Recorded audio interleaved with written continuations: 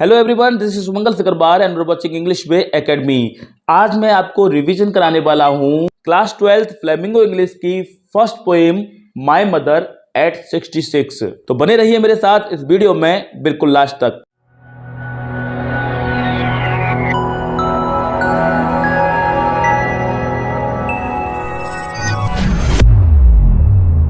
तो रिवीजन में सबसे पहले मैं इस पोएम की समरी आपको बताऊंगा और उसके बाद इसके 5 मोस्ट इंपोर्टेंट क्वेश्चन आपको बताने वाला हूं।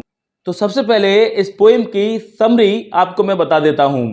My mother at 66 is a poem whose author is Kamala Das. My mother at 66 ये पोएम है, इसकी ऑथर है Kamala Das. The writer is famous for capturing the complications of relationship between human being. यहाँ पर जो कमला दास जो राइटर है उनके बारे में बताया गया है कि वो ह्यूमन रिलेशनशिप को वर्णन करने के लिए, एक्सप्रेस करने के लिए बहुत ज्यादा प्रसिद्ध हैं। The poem is one of the best example of boundation in humans. मनुष्यों को के बंधन को वर्णन करने के लिए ये पोएम एक बहुत अच्छा उदाहरण है। Specially the bond between a mother and daughter. Specially यहाँ पर बात की गई है एक माँ और एक बेटी के बंधन के बारे में, माँ और बेटी के रिलेशन के बारे में। The poem defines the fear of the author of losing her mother. यहाँ पर इस पोएम में वर्णन किया गया है कि किस तरह से ऑथर अपनी माँ को खोने का उसे डर बार बार सता रहा है। यहाँ पर बताया गया है ageing is an inescapable phase of every humans life. Ageing यानी कि उम्र का बढ़ना किसी भी मनुष्य के लिए एक ऐसा सच है कि उससे कोई भी व्यक्ति बच नहीं सकता है। A person enters their childhood experiences adolescence when they are energetic and have so many dreams। एक व्यक्ति की शुरुआत होती है बचपन से और बाद में वो अपने एडल्टसम यानी कि अपनी जवानी को अनुभव करता है और खूब एंजॉय करता है और सपनों में जीता है। Finally every person approaches their old age, और अंत में हर व्यक्ति अपने बुढ़ापे की ओर अग्रसर हो जाता है और बुढ़ापे तक पहुंच जाता है।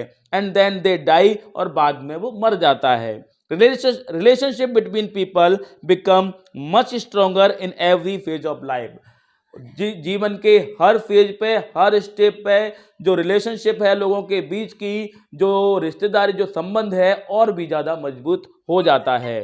No one can't bear the separation from their loved ones just because of ageing. उम्र की वजह से उनके जो प्यारे लोग छिन जाते हैं लोगों से, उसके दुख से कोई भी बच नहीं सकता है और उसके दुख को कोई भी सहन नहीं कर सकता है। Firstly when the author going to the Cochin airport with her mother, she looks at her carefully and presents before us her image. यहाँ पर सबसे पहले जब कोचीन एयरपोर्ट पे अपनी माँ को छोड़ने जा रही होती है ऑथर, तो उसको ध्यान से वो देख रही होती है और उनकी उम्र के जो झुर्रियाँ पड़ी हुई हैं उसके चेहरे पर, उस पर ध्यान से गौर से देख रही होती है। As she looks at her mother soft and whitish face, she gets stuck with the fear of losing her mother। और जब ये सब देखती है तब उसे डर सताने लगता है कि आखिरकार उसे अपनी माँ को छोड़ना पड़ेगा, माँ को खोना पड़ेगा। Here the author shows love and affection in a relationship between a mother and a daughter। माँ और बेटी के बीच में जो लव और अफेक्शन होता है, प्यार और लगाव होता है, इस सब को यहाँ पर पोइट ने दिखाया है। The poet is hurt and sad and shift her attention outside। इस तरह से माँ को देखते हुए उसे बहुत दुख होता है पोइट को, इसलिए अपने दुख को दूर करने के लिए वो कार से बाहर, खिड़की से बाहर देखने लगती है। She changes her bad mood। The scene from the window of the car is rising life and energy। The fast sprinting green and the huge trees alongside the cheerfully playing kids represent life, youth and vitality। यहाँ पर जब वो car के बाहर भी देखती है तब भी उसे यही ख्याल आते हैं, जब उनको सीन देखती है बाहर का सीन तो उसका भी इस उम्र से ही कंपैरिजन देखती है। उसे दिखाई देते हैं कि पेड़ जल्दी से गुजरते हुए चले जा रहे हैं। जब हम आगे की ओर बढ़ते हैं, जितनी ज़्यादा गाड़ी की स्पीड होती है उतनी ही ज़्यादा जो रास्ता है, जो सीन है, जो सीनरी है, जो दृश्य है वो जल्दी जल्दी निकलते चले जाते हैं। तो पेड़ जल्दी जल्दी उसे निकलते दिखाई दे रहे हैं, तो उससे यहाँ भी उसे कंपेरिजन होता है कि जिस तरह से जल्दी जल्दी ये पेड़ निकलते जा रहे हैं उसी तरह से उम्र भी बढ़ती चली जा रही है।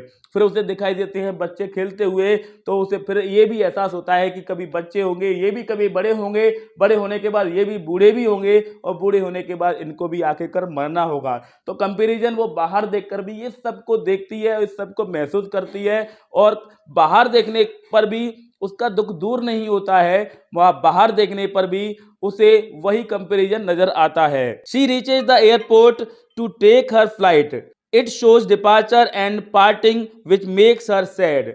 जब वो अपनी माँ को एयरपोर्ट छोड़ने के लिए जाती है, एयरपोर्ट पहुंच जाती है तो माँ से बिछड़ना पड़ता है, तब भी वो दुखी होती है और उसे आखिरकार बाय कहना पड़ता है। As she said goodbye to her mother, जब अपनी माँ को वो गुड बाय कहती है, the maze of the old mother in the dusk of the year strikes her. Here again a smile, simile of a comparable with her mother with a large night moon of the winters. यहाँ पर comparison दिया गया है माँ के लिए, simile यहाँ पर एक तुलनात्मक कंपैरिजन दिया गया है। यहाँ पर माँ को late night moon of winters कहा गया है, मतलब सर्दी में जो दिन है वो जल्दी चढ़ जाता है और दिन होने पर लेट नाइट मून, मतलब वो उनका बुढ़ापा आ गया है। तो जो चंद्रमा जो रात हो रही है उनकी जिंदगी में, उनकी माँ की जिंदगी में वो भी बहुत लेट हो चुकी है, मतलब कभी भी उनकी माँ उससे बिछड़ सकती है, मतलब कभी भी उनका देहांत हो सकता है। The poet is now feeling the pain of getting separated because of leaving her mother. अपनी मदर को माँ को छोड़ते हुए उनसे अलगाव होता है, उनसे अलग होते हुए उसे बड़ा दुख हो रहा है। Her childhood fear of losing her mother now become so terrifying. अपनी माँ को खोने का जो बचपन का जो डर था अब बहुत ज़्यादा उसे सताने लगता है और बहुत ज़्यादा टेरिफाइंग हो जाता है। Now her mother could die of old age any time unexpectedly. Unexpected मतलब अकस्मात तरीके से इसकी माँ कभी भी अपनी बुढ़ापे की वजह से, उम्र बढ़ने के कारण कभी भी मर सकती है। शी इज सो सैड, वो बहुत दुखी है, that she starts crying slowly without control but keeping a brave heart. She hides her fears and starts smiling. उसे बड़ा दुख होता है और दुख की वजह से वो रोने लगती है, लेकिन अपने रोने को वो छुपाने की कोशिश करती है और ब्रेव बनने की कोशिश करती है और चेहरे पर स्माइल दिखाती है। Thus she offers her farewell to her old mother and keeps her hope of seeing her mother alive again. इस तरह से वो उम्मीद दिखाती है और उन्हें हंसते हुए बाय कहती है, गुड बाय कहती है और ये उम्मीद रखती है कि बाद में भी अपनी माँ को वो देख पाएगी। She says see you soon अम्मा, और लास्ट में वो बाय कहते हुए कहती है see you soon अम्मा। She hides her tears and so as she does not want to make painful and emotional environment. वो अपने टीयर्स को यानी कि आंसुओं को छुपा लेती है और खुश होकर उसे बाय कहती है, सी यू सून अम्मा कहती है, क्योंकि वो एक पेनफुल और दुख भरा माहौल बनाना नहीं चाहती थी। Moreover, she doesn't want her mother to cry and shows her that she is enjoying her life. और वो अपनी माँ को भी रुलाना नहीं चाहती है, इस तरह से हंसकर वो ये दिखाना चाहती है कि वो अपने जीवन को एंजॉय कर रही है, अपने जीवन का आनंद उठा रही है। She expects her mother to be happy and enjoy her life just like her. वो अपनी माँ से भी ये चाहती है कि जिस तरह से वो खुश है उस तरह से उसकी माँ भी खुश रहे। तो ये तो थी इस पोइम की समरी। अब इस पोइम से मोस्ट इंपोर्टेंट क्वेश्चन मैं आपको बताने वाला हूं। तो चलिए, इस पोइम का सबसे पहला मोस्ट इंपोर्टेंट क्वेश्चन है, what is the kind of pain and ache that the poet feels.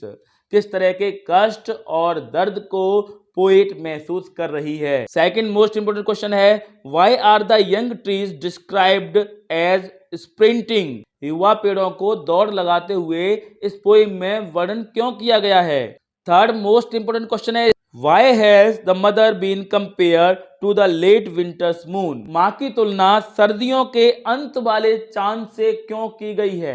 इस पोएम का फोर्थ मोस्ट इंपोर्टेंट क्वेश्चन है, what worried the poet when she looked at her mother? जब poet अपनी माँ को देखती है तो कौन सी बात उसे चिंतित करती है?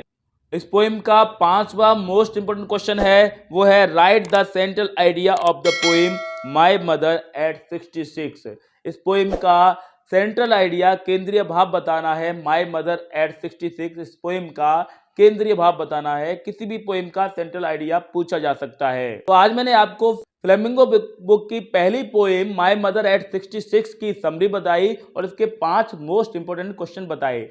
इस पोएम से अब भी कोई डाउट आपके मन में रहा हो तो आप कमेंट बॉक्स में मुझसे पूछ सकते हैं। ये वीडियो कैसा लगा कमेंट बॉक्स में जरूर बताइएगा। ये वीडियो अगर अच्छा लगा हो तो लाइक जरूर कीजिएगा और अगर आप फर्स्ट टाइम हमारे चैनल पर आए हैं तो चैनल को सब्सक्राइब कीजिए और उसके बाद बेल आइकन को क्लिक कीजिए ताकि आपको टाइम पर इसी तरह के वीडियोज के नोटिफिकेशन मिल जाया करें।